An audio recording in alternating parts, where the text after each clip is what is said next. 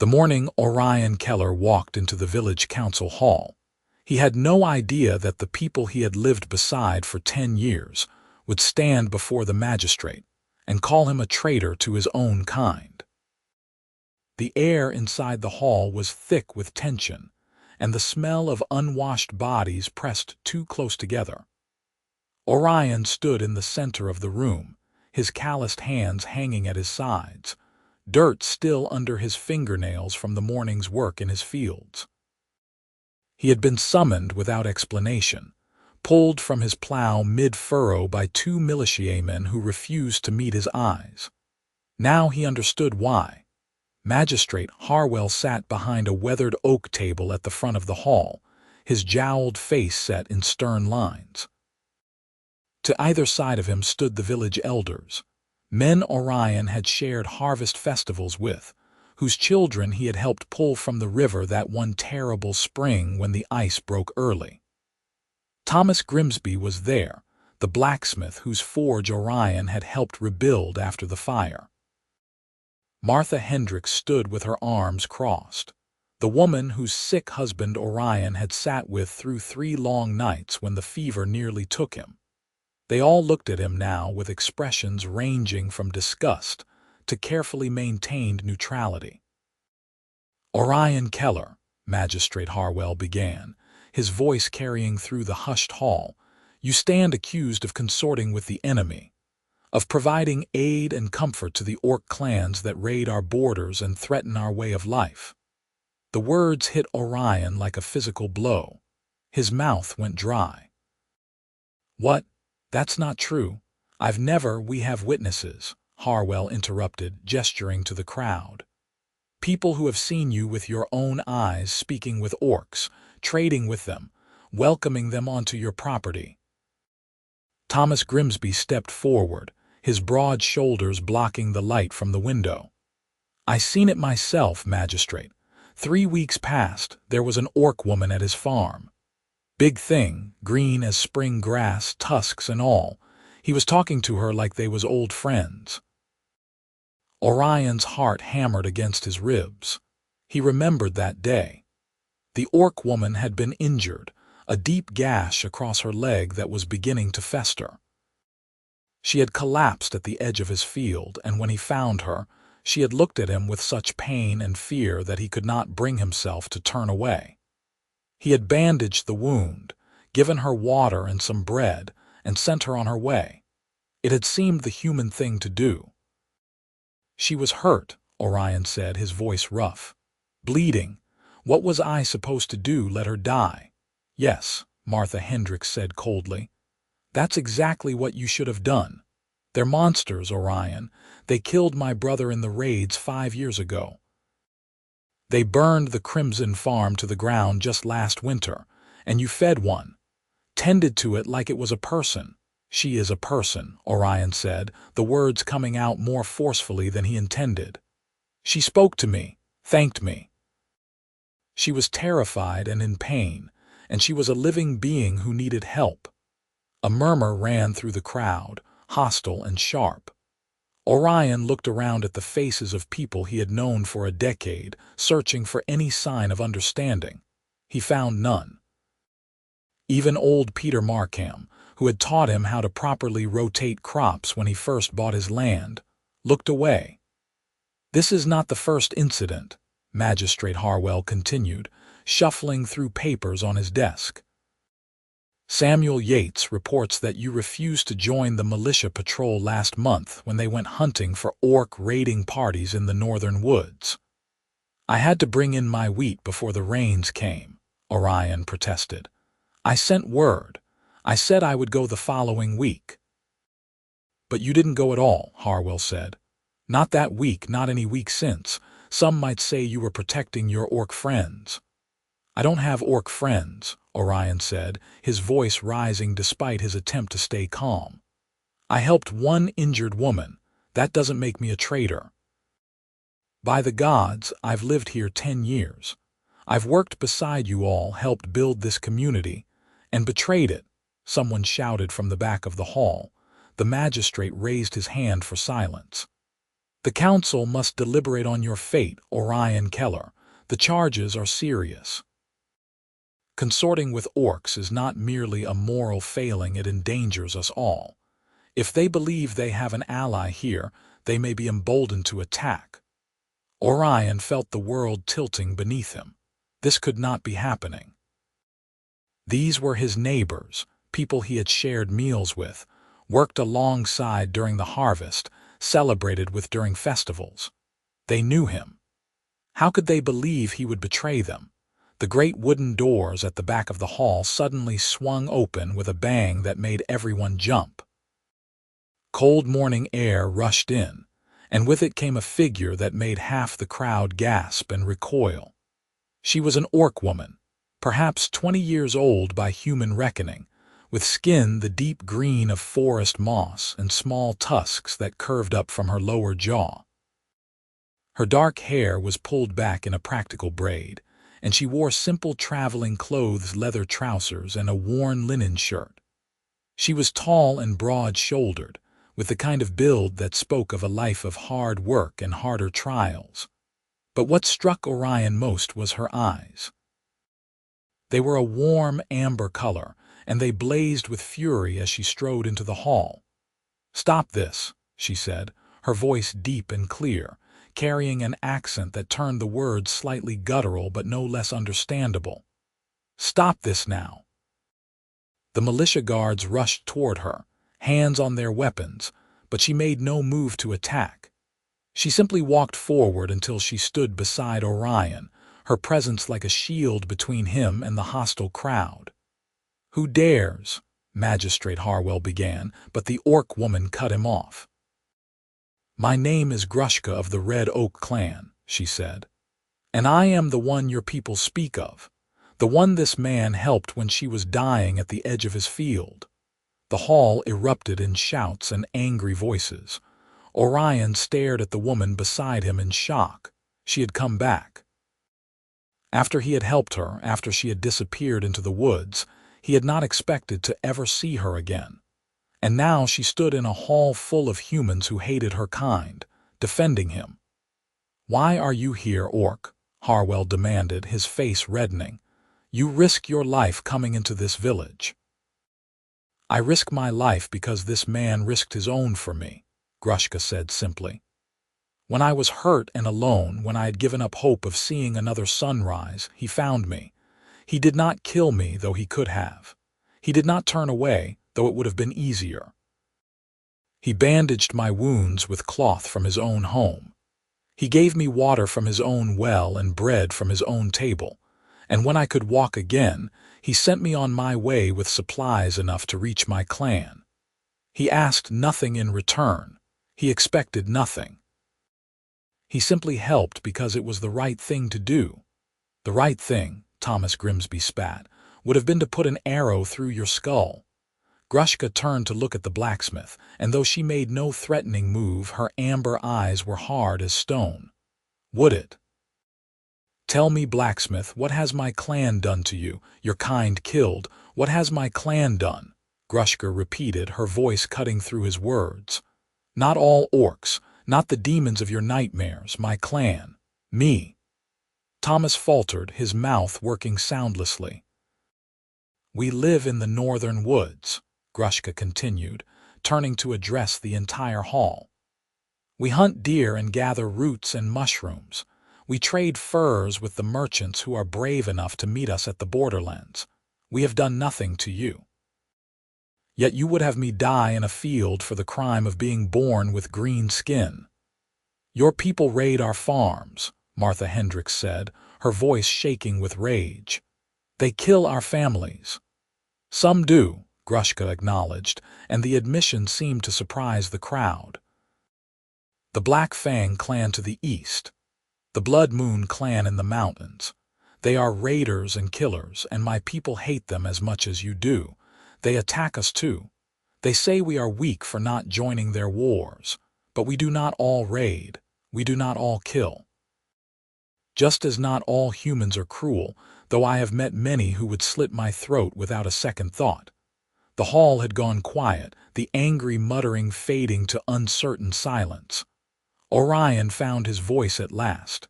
"You shouldn't have come here," he said to Grushka quietly. "They'll kill you." "Perhaps," she said, not taking her eyes from the magistrate. "But I will not let them destroy a good man for the crime of showing mercy. If that costs me my life, then it costs me my life. Some things are worth dying for." Magistrate Harwell leaned back in his chair, studying the orc woman with a mixture of suspicion and something that might have been reluctant curiosity. "You speak well for a savage," he said finally.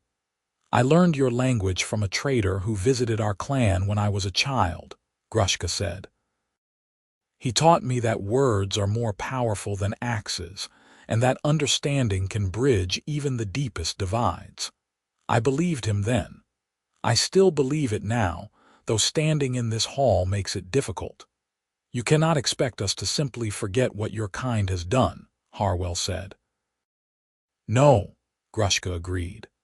"Just as I cannot forget what your kind has done to mine. I cannot forget the hunters who killed my father when he was gathering wood, simply because they wanted a trophy. I cannot forget the merchants who cheated my clan, taking our best furs and leaving us with sickly grain that made our children ill. I cannot forget the soldiers who burned our sister clan's village 3 summers ago, killing everyone inside, claiming they were all raiders when half of them were children and elders who had never held a weapon. But I do not judge all humans by those actions. I judge each person as they show themselves to be. And this man," she gestured to Orion, "showed himself to be kind when he could have been cruel. He showed himself to be brave when it would have been safer to be a coward. He is more honorable than anyone in this room, and you betray him because you are afraid." The words hung in the air like a challenge. Orion could see faces in the crowd shifting, uncertainty creeping in where there had been only anger before. But he could also see others hardening, doubling down on their hatred. Samuel Yates pushed his way to the front. He was a wiry man with a scar across his cheek from an orc raid years ago, and his hand rested on the knife at his belt. "Fancy words from a monster," he said. "But words don't change what you are. You could kill half of us before we brought you down. Maybe that's why you're here. Maybe this is all a trick, make us soft so your clan can attack." "If my clan wanted to attack this village, they would not send a single woman to argue with you first," Grushka said dryly. "They would come at night in numbers, and you would not see them until it was too late. That is how raids work, or so I am told by those who have survived them. I am not a raider. I am a hunter and a tanner. I work leather and bone. I provide for my clan through honest labor. The only human I have ever harmed was one who tried to take my life first, and even then I did not kill him. I left him alive to return to his people. I do not believe in unnecessary death." "Why should we believe you?" Martha Hendricks demanded. "You're a liar by nature, an orc." "Enough," Orion said, and the force in his voice surprised even himself. He stepped forward, putting himself between Grushka and the crowd. "Enough of this. I'm the one on trial here, not her. She came to defend me, knowing it might cost her everything. That takes more courage than anything I've seen from any of you today. You want to punish someone, punish me, but let her go." Magistrate Harwell studied them both for a long moment. Then he sighed, the sound heavy with the weight of difficult decisions. "This matter is more complicated than I anticipated," he said. "The council will need time to deliberate. Orion Keller, you will return to your farm under watch. The militia will ensure you do not flee or provide further aid to orcs. As for you," he looked at Grushka, "you have 1 hour to leave this village and return to wherever you came from. If you are seen here again, you will be arrested or killed, whichever comes first. Do you understand?" Grushka nodded slowly.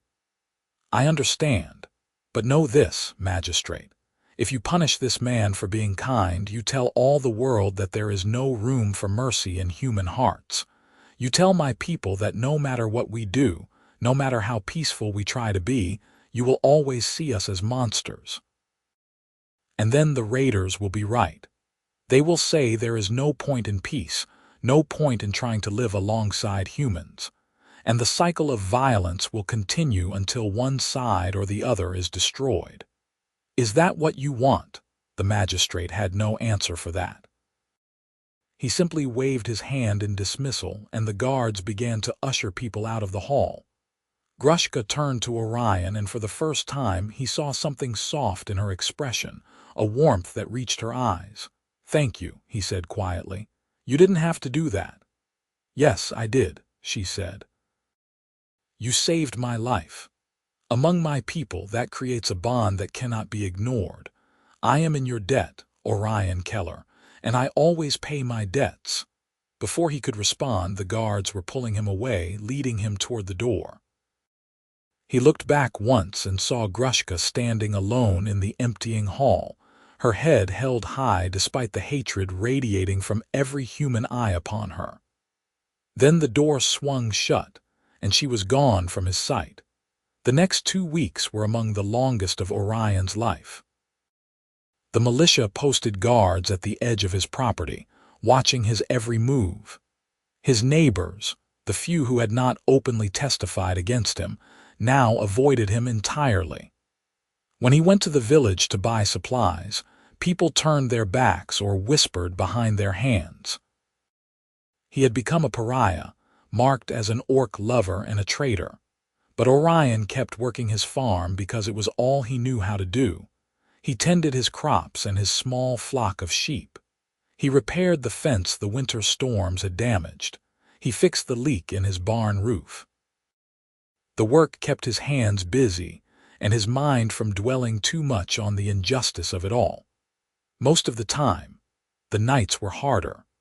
Alone in his small farmhouse, with only the sound of the wind and the occasional call of an owl for company, Orion found himself thinking about Grushka.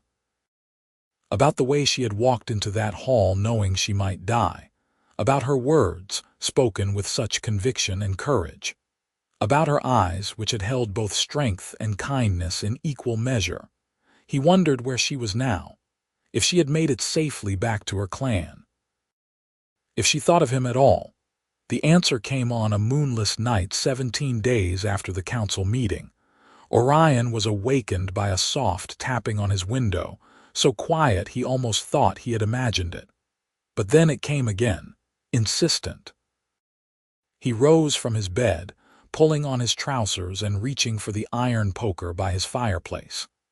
The militia had orders to watch him, not protect him, and there were plenty of people in the village who might decide to take matters into their own hands. But when he peered through the window, he saw not an angry villager but a familiar green-skinned face. His heart jumped in his chest. He rushed to the door and eased it open, and Grushka slipped inside like a shadow. She was dressed all in dark colors, her face smudged with dirt for camouflage. "Are you insane?" he hissed, closing the door quickly. "There are guards watching my farm. If they see you, they will not see me," Grushka said calmly. "I have been coming and going for 3 nights now. They are lazy, your guards. They watch the road but not the forest. They sit by their fire and talk instead of patrolling. It is easy to slip past them." "Why would you risk coming here at all?" Orion demanded, though he could not quite keep the relief from his voice. "You barely escaped with your life last time." "Because I needed to warn you," Grushka said, and now her expression was serious. "The council meets again in 2 days to deliver their verdict. I have been listening to the talk in the village. It will not be good, Orion. They mean to exile you at best. At worst, they will imprison you or worse." Orion's stomach dropped. He had hoped that reason might prevail, that given time, the magistrate would see that helping one injured orc did not make him a traitor. But he had been fooling himself. "I can leave," he said. "Pack what I can carry and head east, start over somewhere else." "Or you could come north," Grushka said quietly. "To my clan." He stared at her. "What? My people know what you did for me. I told them they are curious about you. Some are suspicious, yes. But others want to meet the human who showed kindness to one of our own without asking for anything in return. Our chief, Ulmath, has said that you would be welcome as a guest, at least until you decide what you want to do. The offer was so unexpected that Orion could not immediately process it. Go to live with orcs. The very idea would have seemed mad a month ago. But then, a month ago, he had not stood in a hall full of his own neighbors while they called for his punishment. A month ago, he had not met Grushka. I don't know your ways, he said finally. Your language, your customs. I would be as much an outsider there as you were in our village. Perhaps, Grushka acknowledged, but at least my people are willing to see you as a person first. Can you say the same of your neighbors? The words stung because they were true. Orion looked around his small home, at the life he had built here over 10 years. The sturdy table he had built with his own hands. The shelves lined with books he had collected one by one from traveling merchants.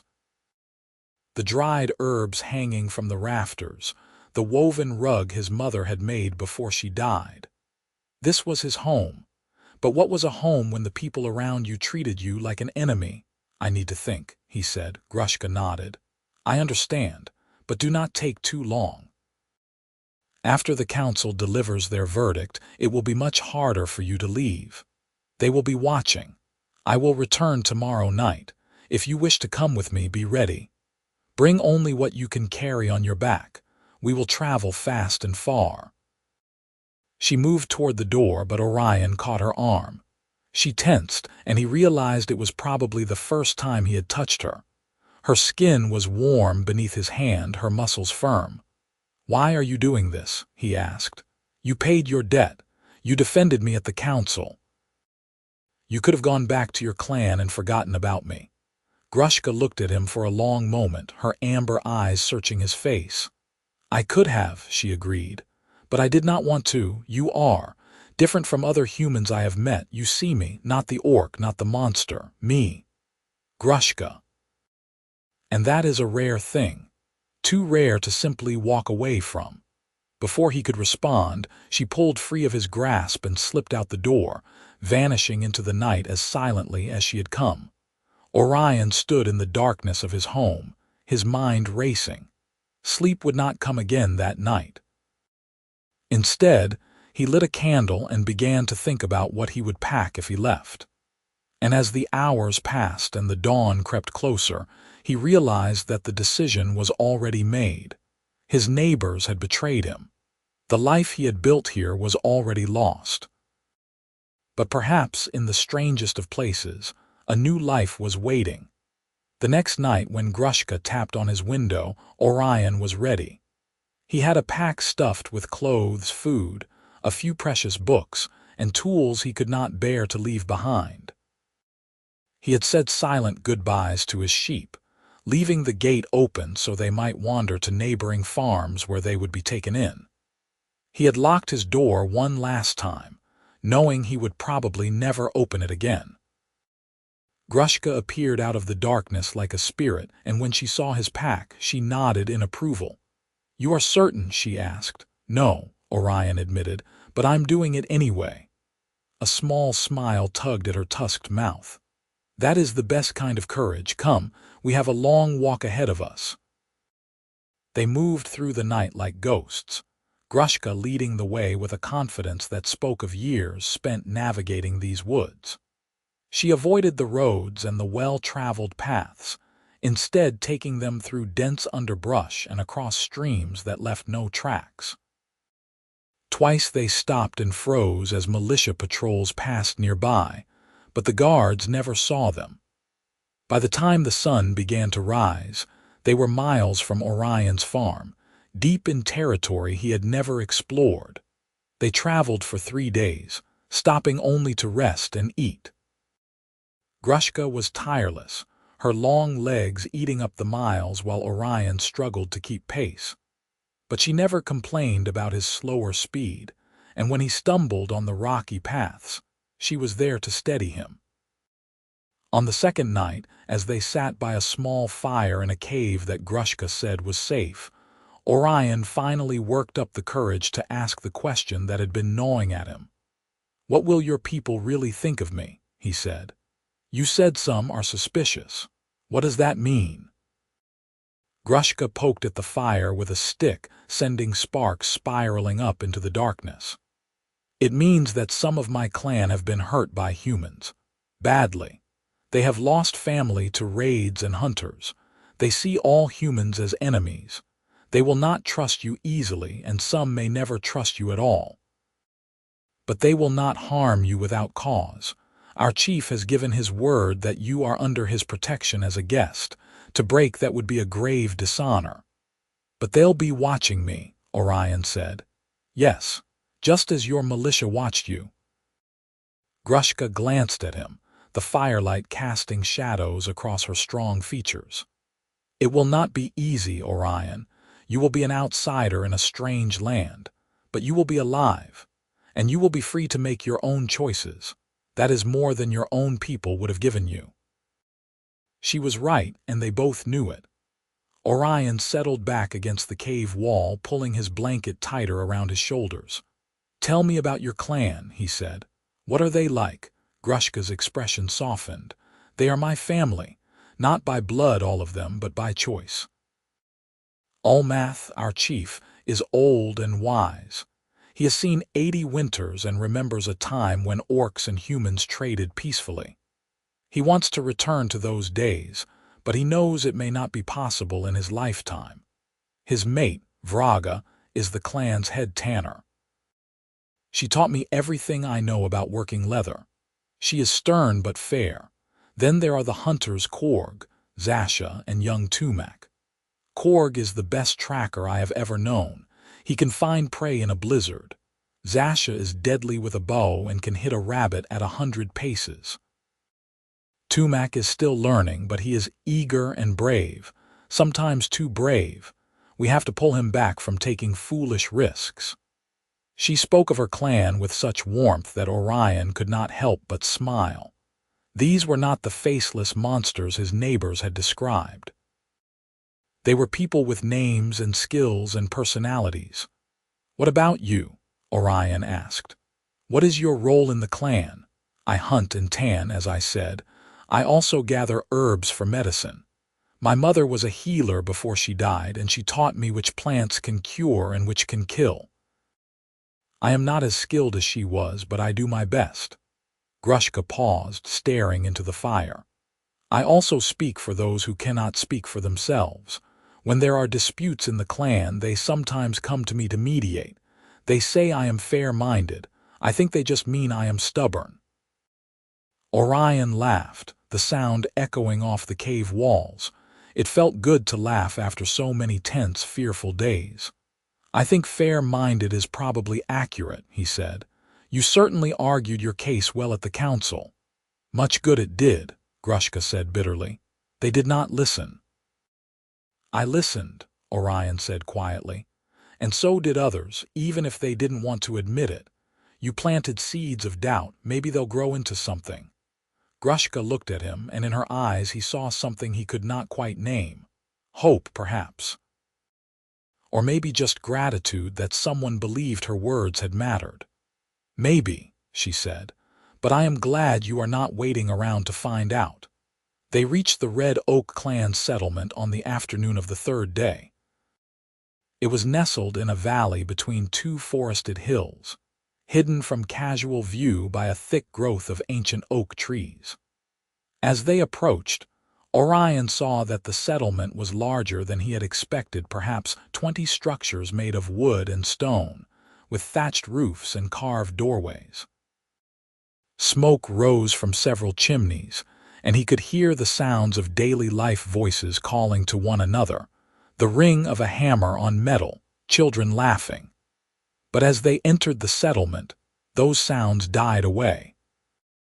Orcs emerged from their homes and workplaces, staring at the human walking beside Grushka. They were a varied lot, some young, some old, some scarred and battle-worn, others smooth-skinned and curious. All of them had green skin in varying shades, from pale spring grass to deep forest moss. All had tusks, some larger than Grushka's, some barely visible, and all of them looked at Orion with expressions ranging from suspicion to outright hostility. Grushka seemed unfazed. She led him through the settlement with her head held high, nodding to those they passed. "This is Orion Keller," she announced to anyone within earshot. "He is the human I spoke of. He is under the chief's protection as an honored guest. Any who harm him will answer to Olmath and to me." That last part seemed to give some of the onlookers pause. Orion got the sense that Grushka's word carried weight here, and he was grateful for it. They arrived at the largest building in the settlement, a longhouse with intricate carvings of oak trees and running deer decorating its door frame. Grushka pushed the door open and gestured for Orion to enter. Inside, the longhouse was warm and smoky, lit by a central fire pit and several oil lamps. The walls were lined with woven tapestries depicting hunting scenes and battles. At the far end of the room, sitting on a chair made of carved wood and draped with furs, was an orc who could only be Olmath. He was ancient by any standard, his green skin weathered and creased like old leather.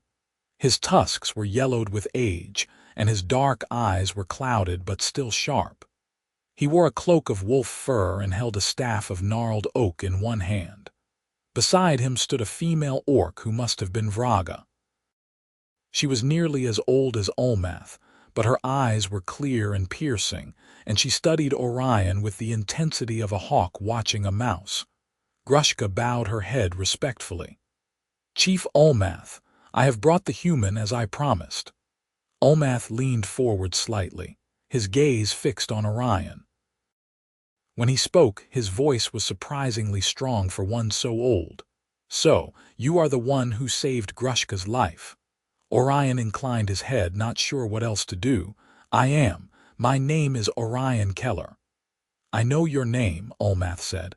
"Grushka has told us much about you, about your kindness, about your foolish bravery in helping an orc when it endangered your own standing with your people, about how those same people turned on you like wolves on a lame deer."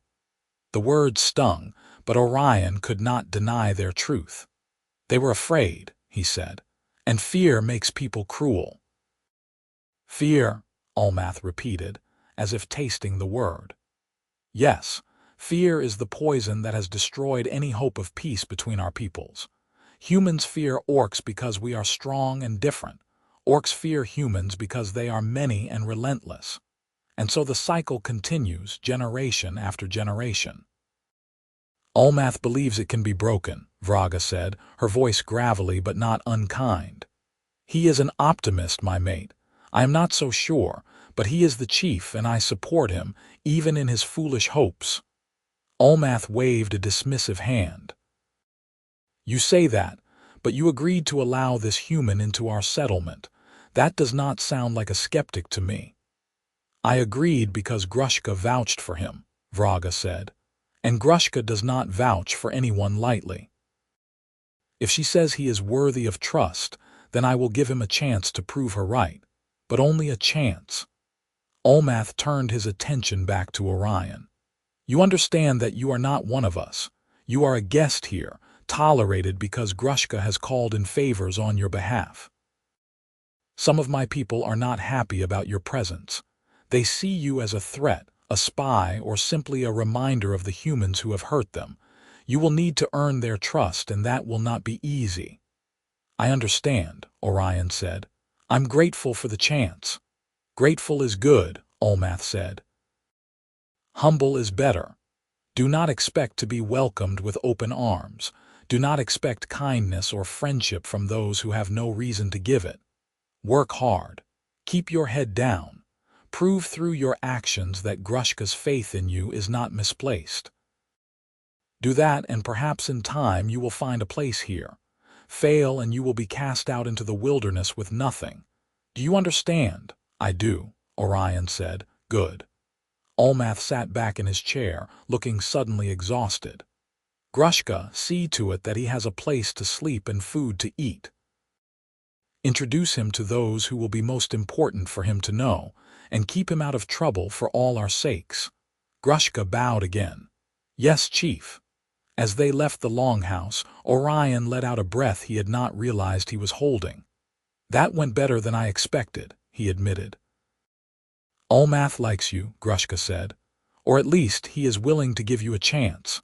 Vraga is the one to watch. She protects Olmath and the clan fiercely.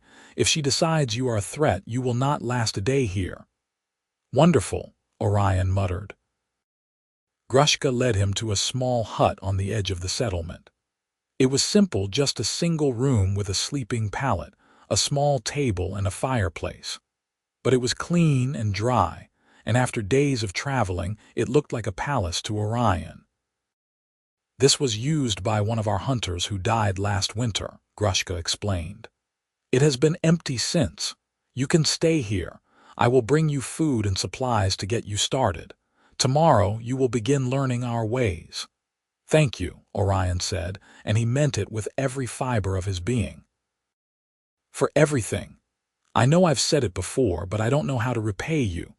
Grushka smiled, and it transformed her face, softening the hard edges and making her look almost shy.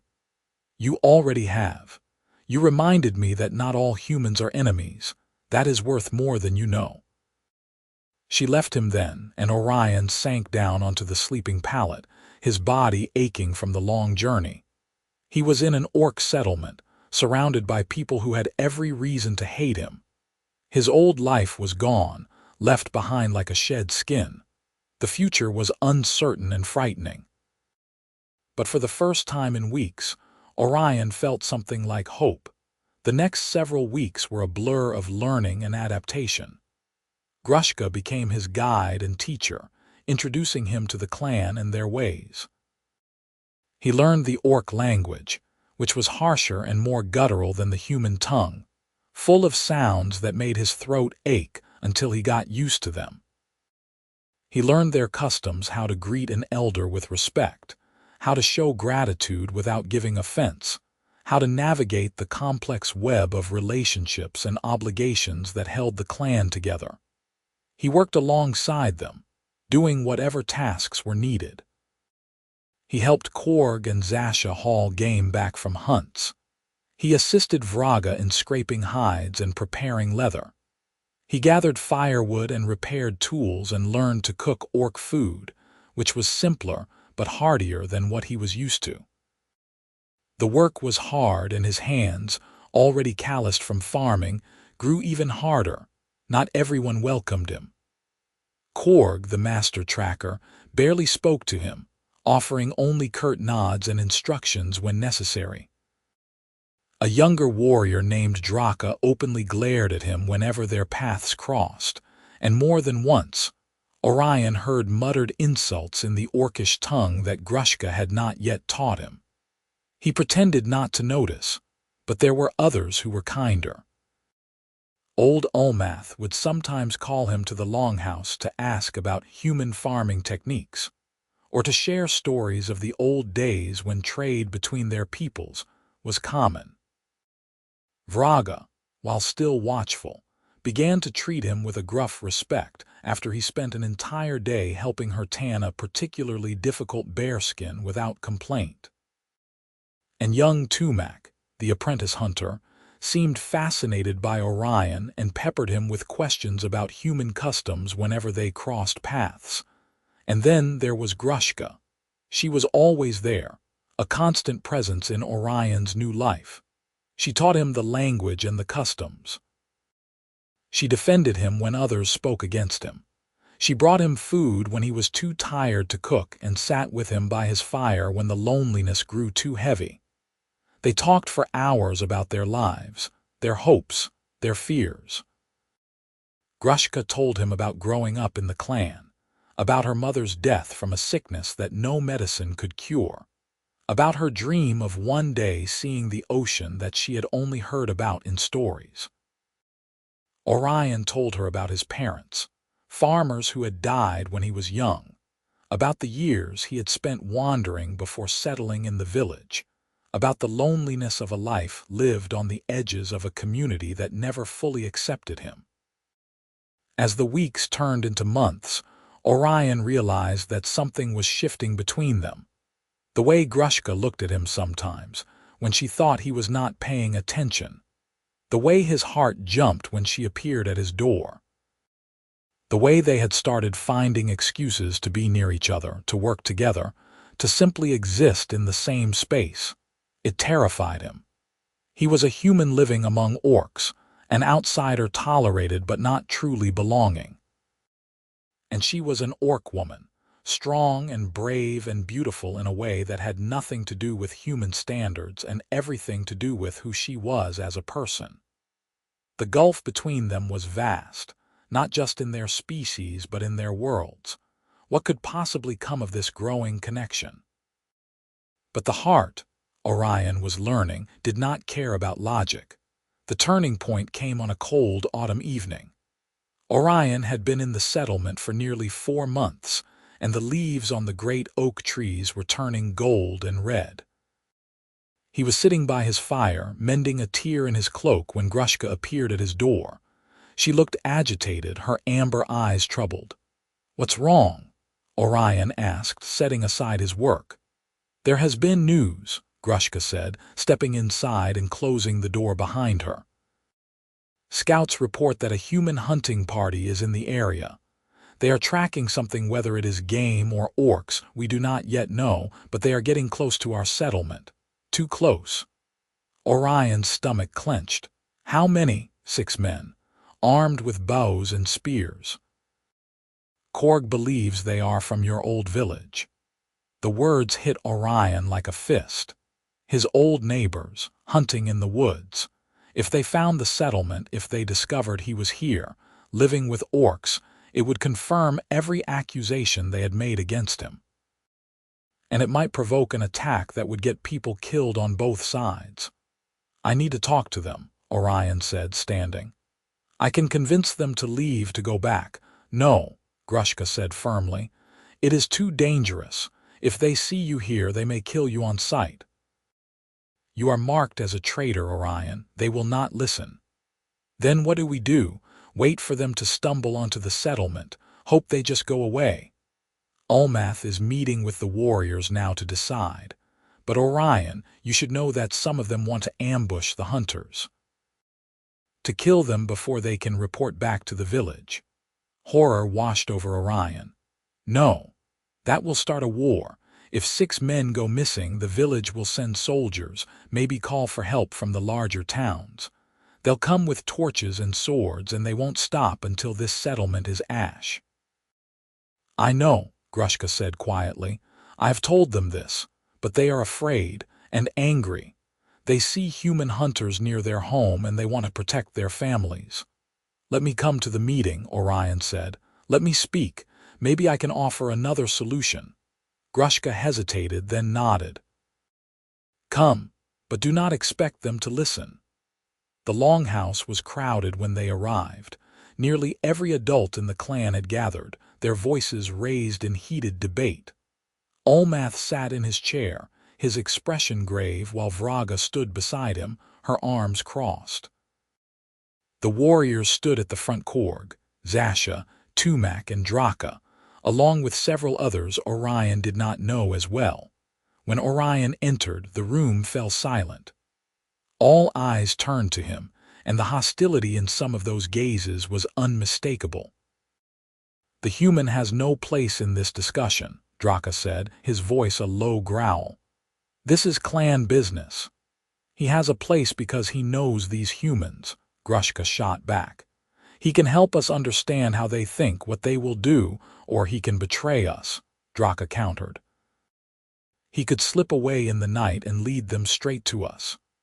"I would never," Orion began, but Ulmath raised his hand for silence. "Enough. Orion has been with us for 4 months. He has worked hard and caused no trouble. He has earned the right to speak. Let us hear what he has to say." Orion took a breath, trying to steady his nerves. "I understand your fear. I understand your anger. But killing those hunters will not protect you. It will only bring more violence. The village will not ignore the deaths of 6 men.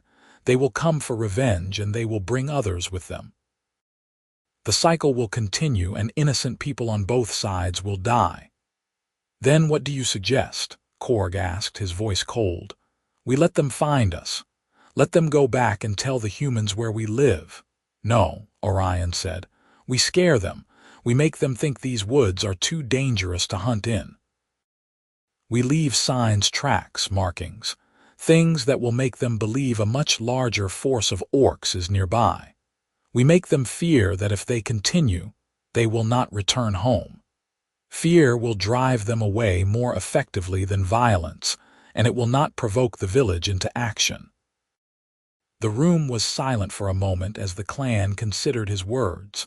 Then Vraga spoke. It is a clever plan, but it requires that we trust this human to know his people well enough to predict their actions. What if he is wrong? Then we will deal with the consequences, Orion said. But I am not wrong. These are hunters and farmers, not trained soldiers. They are brave enough when facing animals, but orcs terrify them. Show them that the danger is too great and they will retreat. I am certain of it. Ulmath looked around the room. What say the warriors? Will you try the human's plan, or do you insist on the path of blood? Korg was the first to speak. I do not trust the human fully, but his logic is sound. An ambush will bring war. I would rather avoid that if possible. Zasha nodded in agreement. I will follow Korg's lead. Tumak looked at Grushka, then at Orion, and said, I trust Grushka's judgment. If she believes in him, I will support his plan. Only Draka held out, his expression dark. This is a mistake. We should strike first and ask questions later, but I see I am outvoted. He spat into the fire and stalked out of the longhouse. Ulmath sighed. Then it is decided. We will implement Orion's plan. Korg, Zasha, you will lead the effort. Take Orion with you. He knows what will frighten these humans. Make it so. The next day, Orion, Grushka, Korg, and Zasha set out into the woods to intercept the human hunters. They found signs of the hunting party, easily boot prints in the soft earth, broken branches, the remains of a camp. Korg studied the tracks with an expert eye and led them on a path that would put them ahead of the hunters. They worked quickly. Korg and Zasha left orc tracks everywhere, far more than 6 people could make, creating the impression of a large war party moving through the area. They carved symbols into trees, crude images of axes and skulls that would be unmistakable to human eyes. They scattered the bones of animals in unnatural patterns, creating an air of menace. And they left behind a spear, deliberately broken and stained with what looked like blood but was actually berry juice, to suggest a recent battle. Orion contributed his knowledge of human fears, suggesting specific placements that would have maximum impact. Put the skull there, he said, pointing to a fork in the trail, and hang those bones from the branches above. Make it look like a warning. Humans are superstitious. They'll read meaning into it. Grushka watched him work, and at one point she said quietly, You understand fear well. I've felt enough of it, Orion replied, and I've seen what it does to people. By the time they were done, the section of forest looked like a nightmare. Any human wandering through would immediately understand that they had entered dangerous territory. They retreated to a hidden vantage point and waited. The hunters arrived in the late afternoon. Orion recognized 2 of them, Samuel Yates, the man who had accused him of protecting orcs, and Peter Markham, the old farmer who had taught him about crop rotation. The sight of them brought a pang of complicated emotions.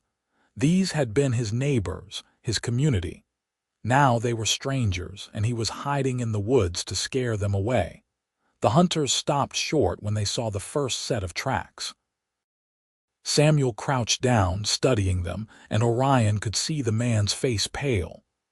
Then Peter spotted the skull on the fork in the trail, and he let out a curse that carried through the still air. "We should turn back," one of the other hunters said, a young man Orion did not recognize. "This is orc territory. We're outnumbered." "Don't be a coward," Samuel said, but even his voice lacked conviction. He looked around at the hanging bones, the carved symbols, the broken spear. "But maybe we've hunted enough for today. Let's head back."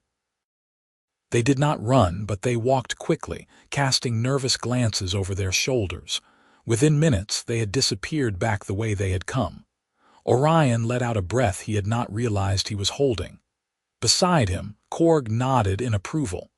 "Your plan worked, human. They are gone." "For now," Orion said. "They'll tell the village about what they saw.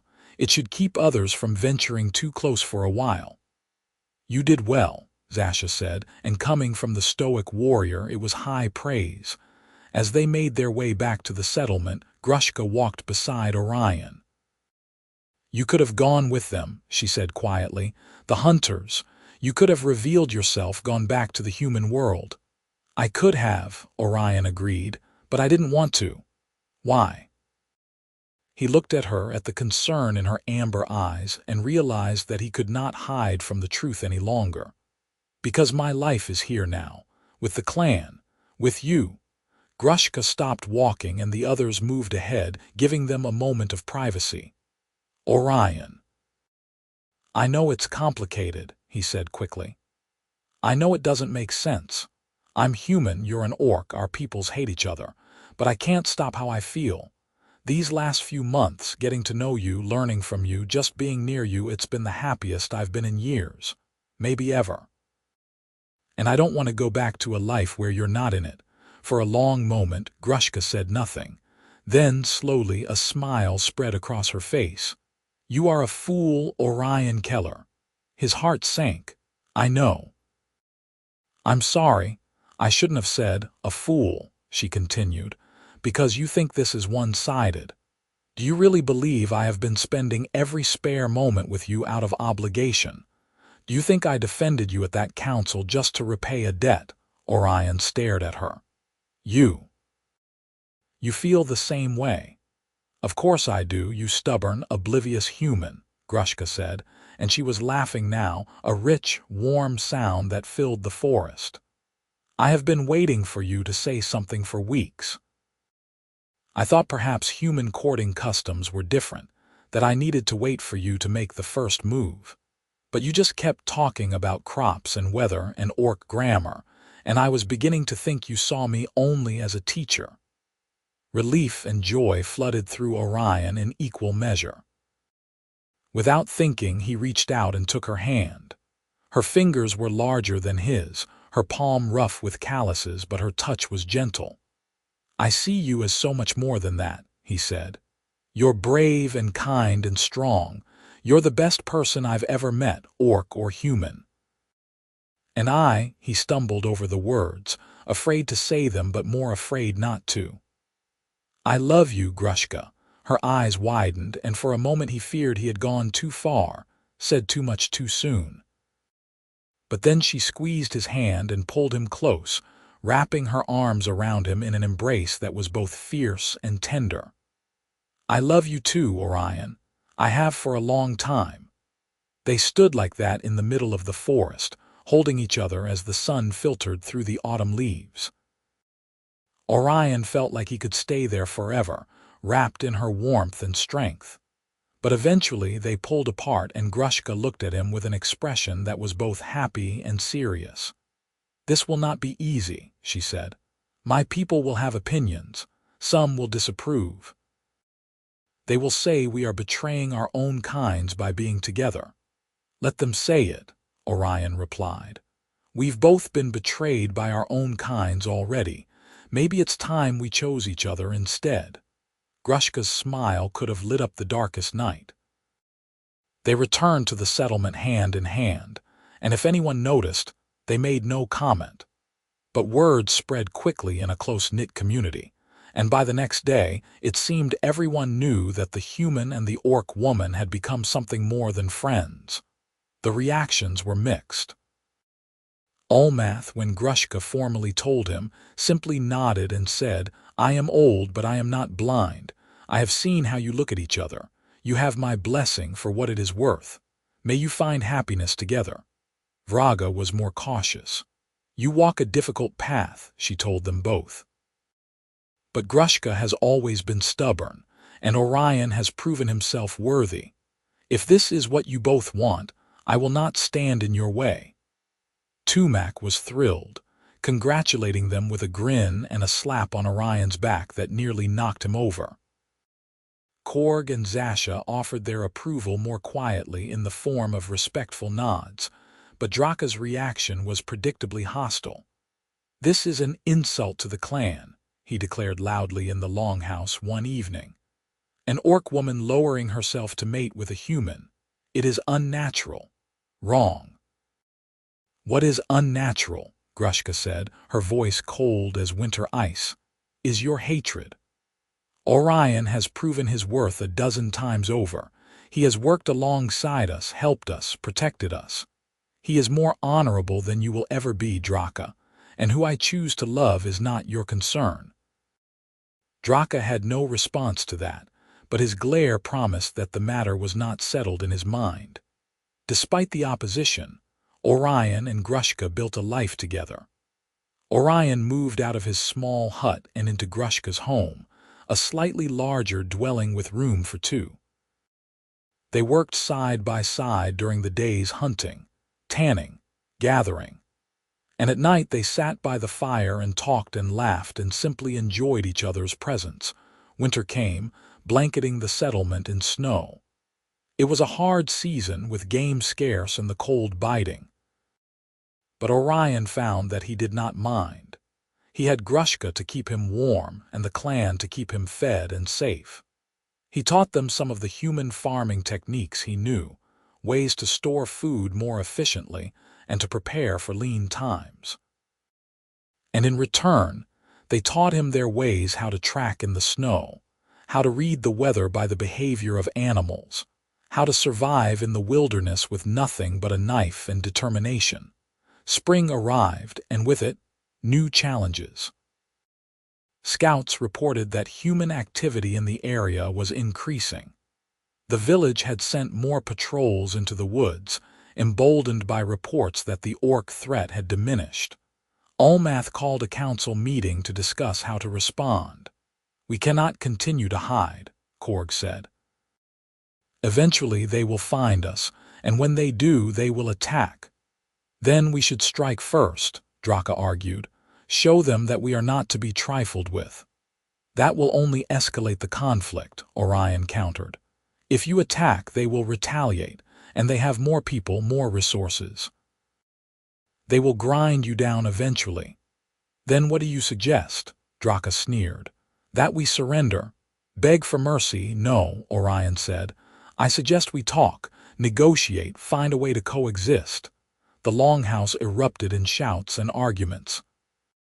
The idea of negotiating with humans was too radical for many, too dangerous. But Olmath raised his hand for silence. "Orion, you believe your old village would listen to reason?" "I don't know," Orion admitted, "but I think it's worth trying. If we can establish a dialogue, prove that the clan is not a threat, maybe we can avoid bloodshed." "And who would carry this message?" Olmath asked. "Who would the humans trust?" "Me," Orion said. "I'll go. I'll talk to the magistrate, explain that the Red Oak clan wants peace. That you're not raiders or killers, that there's another way." "They will kill you," Grushka said, her voice tight with fear. "You are marked as a traitor, Orion. The moment you set foot in that village, they will arrest you or worse." "Maybe," Orion said, "but maybe not. Maybe enough time has passed that cooler heads will prevail, and even if it doesn't work, it's worth the attempt, because the alternative is war and too many people will die." Grushka looked at him with anguish in her eyes. "I cannot lose you, not now." Orion took her hand. "You won't. I'll be careful, and I'll come back to you. I promise." The council debated for hours, but in the end, Olmath made the decision. Orion will go to the village as an emissary. He will carry our offer of peace and our assurance that we pose no threat. If the humans refuse to listen, then we will prepare for the worst. But we will try peace first. Draka stormed out of the longhouse, but everyone else nodded in agreement. The plan was set. 2 days later, Orion prepared to leave. He dressed in simple human clothes, trying to look as non-threatening as possible.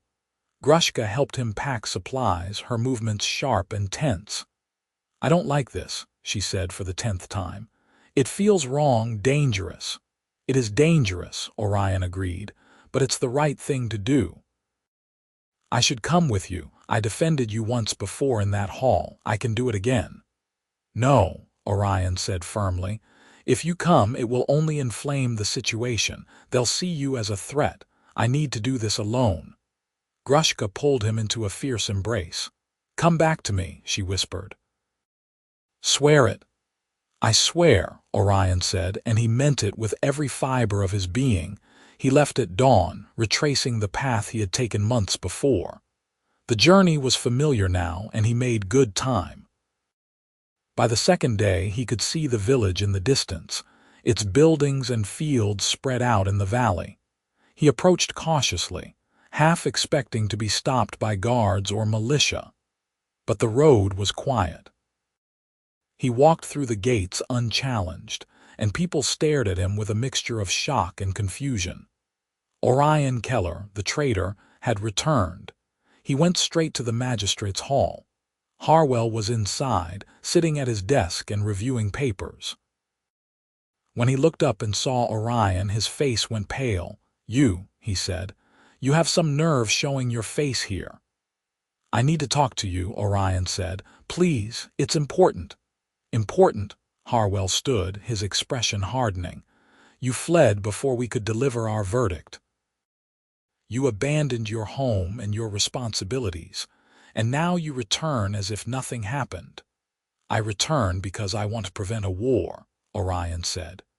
"The Orc clan in the northern woods, the Red Oak clan, they're not your enemies. They're not raiders. They're peaceful people who just want to be left alone.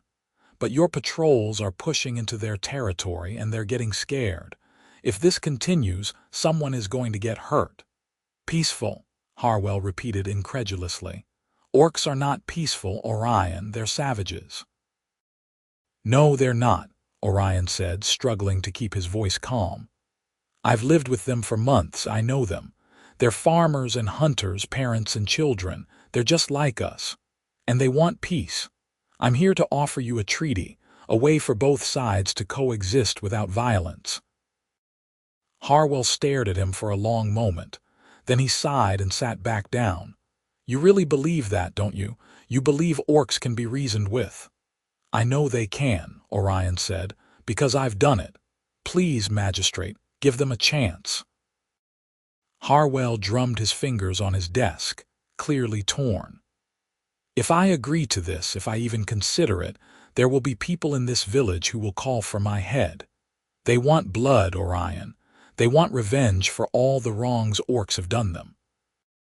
"Then you need to be brave enough to stand against them," Orion said. "Just like Grushka was brave enough to stand in this hall and defend me when everyone else wanted me punished. Someone has to break the cycle. Let it be you." The mention of Grushka made Harwell pause. "The orc woman," he said quietly. "She was impressive. I'll admit she made me think, made me question things I had always believed. But thinking and acting are two different things." "They don't have to be," Orion said. "Please just talk to them, meet with their chief. Hear what they have to say. If after that you still believe they're a threat, then I'll leave and never come back, but give them a chance." Harwell was silent for a long time, then he nodded slowly. "Very well. I will arrange a meeting. But it will be on neutral ground with witnesses from both sides. And if anything goes wrong, if this is a trap, I will hold you personally responsible." "It's not a trap," Orion said. "Thank you, magistrate. You won't regret this." He left the hall before Harwell could change his mind. His heart was pounding. a mixture of hope and fear. He had taken the first step. Now he just had to make sure the meeting went well. 3 days later, Orion stood in a clearing halfway between the village and the orc settlement, waiting. The magistrate had agreed to bring a small delegation himself, Thomas Grimsby and Martha Hendricks, along with 2 guards. Orion had sent word to Olmath through a scout, and the chief had agreed to come. The humans arrived first, their expressions wary. Harwell looked around the clearing as if expecting an ambush. "Where are they?" he demanded. "They'll be here," Orion said. "They're cautious, just like you." A few minutes later, the orcs appeared. Olmath led the way, leaning on his staff with Vraga at his side. Korg and Zasha flanked them as guards, and behind them, to Orion's surprise and joy, was Grushka. She met his eyes across the clearing, and he saw the relief in her gaze. She had been as worried about him as he had been about this meeting. The 2 groups faced each other, and the tension was thick enough to cut. Harwell took a step forward, and Olmath did the same. They stood a few feet apart, studying each other. "I am Magistrate Harwell of the village," Harwell said stiffly. "I have agreed to this meeting at the request of Orion Keller." "I am Olmath, chief of the Red Oak clan," Olmath replied, "and I am grateful that you have come. It takes courage to face those you have been taught to fear." "I do not fear orcs," Harwell said, "but I am wary of them." "Your kind has done much harm to my people." "And your kind has done much harm to mine," Olmath said, "but we are not here to recount grievances. We are here to find a path forward. Is that not so?" Harwell nodded reluctantly. "Orion claims your clan is peaceful, that you pose no threat to us." "That is true," Olmath said. "We wish only to live in peace. We hunt and gather in the woods. We do not raid farms or attack travelers. We have no quarrel with your village." "But other orc clans do," Martha Hendricks said, stepping forward. "How can we trust that you are different?" "You cannot," Vraga said bluntly. "Trust must be earned, not given freely. But we offer you this, a treaty. We will stay in our territory and you will stay in yours. We will not cross into your lands and you will not send patrols into ours. If there are disputes, we will meet and discuss them as we are doing now. And if you agree to trade with us, we will offer you furs and herbs in exchange for grain and metal tools. Both our peoples will benefit." Thomas Grimsby looked skeptical.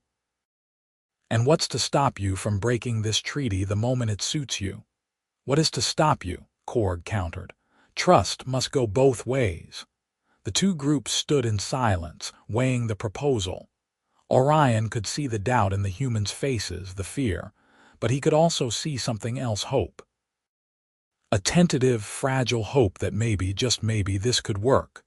"I will take your proposal to the village council," Harwell said finally. "We will discuss it and give you our answer, but I make no promises." "That is all we ask," Olmath said. "A chance, nothing more." The meeting ended and the 2 groups parted. As the humans left, Grushka ran to Orion and threw her arms around him. "You did it," she said.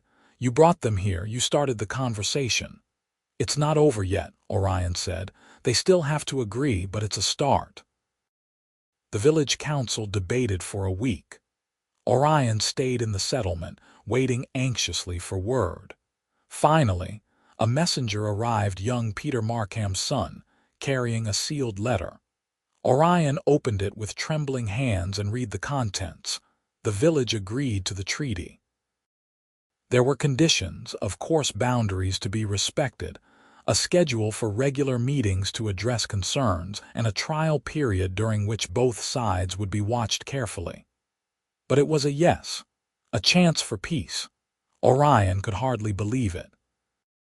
He brought the letter to Olmath, and the old chief read it with tears in his eyes. "After all these years," he said, "after all the bloodshed and fear, we have a chance to end it." The clans celebrated that night. They roasted a deer and shared mead and sang songs around the fire. Orion sat beside Grushka, their hands clasped together, and felt a happiness so complete it almost hurt.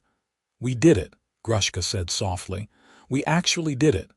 "We did," Orion agreed. "Together." Grushka looked at him, her amber eyes reflecting the firelight. "I have something to ask you," she said. "In my culture, when two people love each other and wish to build a life together, they undergo a bonding ceremony. It is not unlike your human marriages, I think. They make promises to each other before the clan and the spirits of the forest. They pledge to stand together through all hardships." Orion's breath caught. "Are you asking me to bond with you?" "I am," Grushka said. "I know it will be difficult. Our peoples are still learning to trust each other. Some will disapprove, but I do not care. I love you, Orion Keller. And I want to spend my life with you. Will you have me?" He did not hesitate. "Yes, 1,000 times yes." They bonded 3 days later in a ceremony that blended orc and human traditions. Ulmath officiated, speaking words in the old orcish tongue about love and loyalty, and the strength that comes from unity.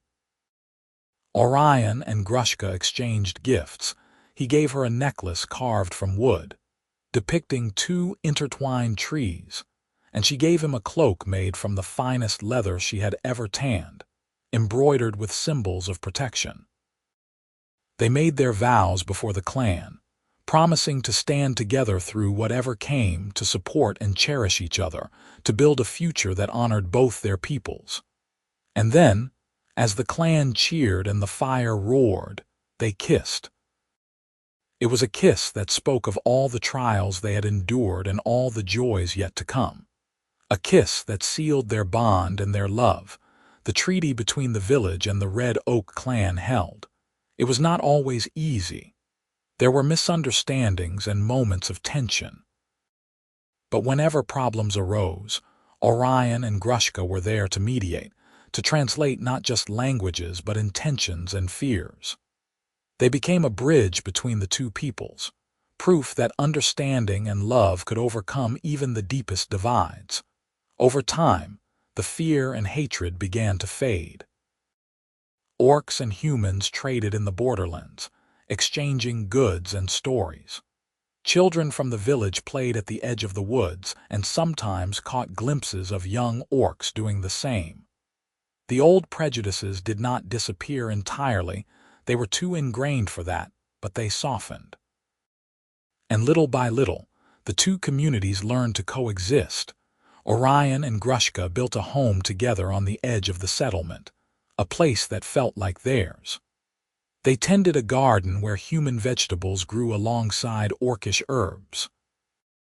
They welcomed visitors from both the clan and the village, offering food and conversation, and a living example of what was possible when people chose love over fear. Years passed. Ulmath passed away peacefully in his sleep, and the clan mourned him deeply. Vraga followed him a year later, her life's work complete. Korg became the new chief, and his first act was to renew the treaty with the village, strengthening the bonds that Orion and Grushka had helped create. Orion and Grushka had children, 2 daughters and a son, each of them a unique blend of human and orc traits. They had green-tinged skin and small tusks, but human eyes and noses. They spoke both languages fluently and moved easily between both worlds. They were proof that the future did not have to repeat the mistakes of the past. And through it all, Orion never forgot that day in the council hall when his neighbors had betrayed him, and a brave orc woman had been the first to defend his name. That moment had changed everything. It had led him to this life, this love, this future. And he was grateful for it every single day. On a warm summer evening when the oak trees were full and green and the air was sweet with the scent of wildflowers, Orion and Grushka sat outside their home, watching the sun set over the forest. Their children were playing nearby, their laughter ringing through the air. The village and the settlement were at peace. The world was not perfect, but it was better than it had been. Grushka leaned against Orion, her head resting on his shoulder. "Do you ever regret it?" she asked. "Leaving your old life behind, choosing this path?" Orion looked at her, at the life they had built together, and smiled. "Not for a moment," he said. "You saved me, Grushka. In every way a person can be saved. I was alone and lost, and you gave me a home and a purpose. You gave me love. How could I ever regret that?" "I did not save you," Grushka said. "You saved yourself. You had the courage to help someone who was supposed to be your enemy.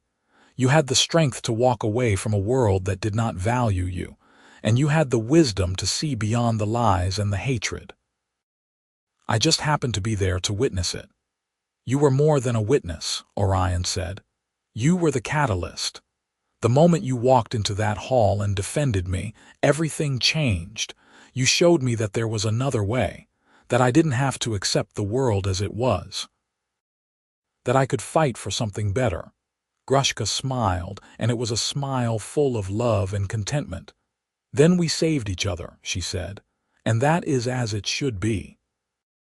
They sat together in the fading light, hand in hand, two souls from different worlds who had found each other against all odds. They had faced betrayal and prejudice and fear. They had risked everything for the chance at a better future, and they had won. The sun dipped below the horizon, painting the sky in shades of gold and crimson. The stars began to appear, one by one, like promises of all the tomorrows yet to come. And Orion and Grushka knew that whatever challenges lay ahead, they would face them together. Because that was what love meant. That was what family meant. That was what home meant. In the distance, the village lights began to glow, warm and inviting. And in the settlement, the fires were lit, casting dancing shadows against the trees. Two communities, once divided by fear and hatred, now connected by understanding and hope. It was not a perfect peace, but it was a real one, built on the foundation of courage and compassion that two people had shown when it mattered most. Orion thought back to that terrible day in the council hall, when he had stood alone and condemned. He thought about the neighbors who had turned against him, the friends who had called him a traitor. And he thought about the green-skinned woman with amber eyes who had walked through that door and changed his life forever. His own neighbors had betrayed him at the council. But the orc girl had been the first one to defend his name. And in doing so, she had given him more than just protection. She had given him a future. They sat together as the night deepened, surrounded by the sounds of the forest and the laughter of their children. And in that moment, Orion knew with absolute certainty that he was exactly where he was meant to be. Home. Loved. At peace. The story of Orion and Grushka would be told for generations in both the village and the settlement. It would be a tale of courage and love, of betrayal overcome and bridges built. It would be a reminder that even in the darkest times, even when all seems lost, there is always hope. There is always the possibility of change. There is always the chance that someone will stand up and say, "This is wrong. We can do better." And because of that, the world would be a little brighter, a little kinder, a little more full of love. The end.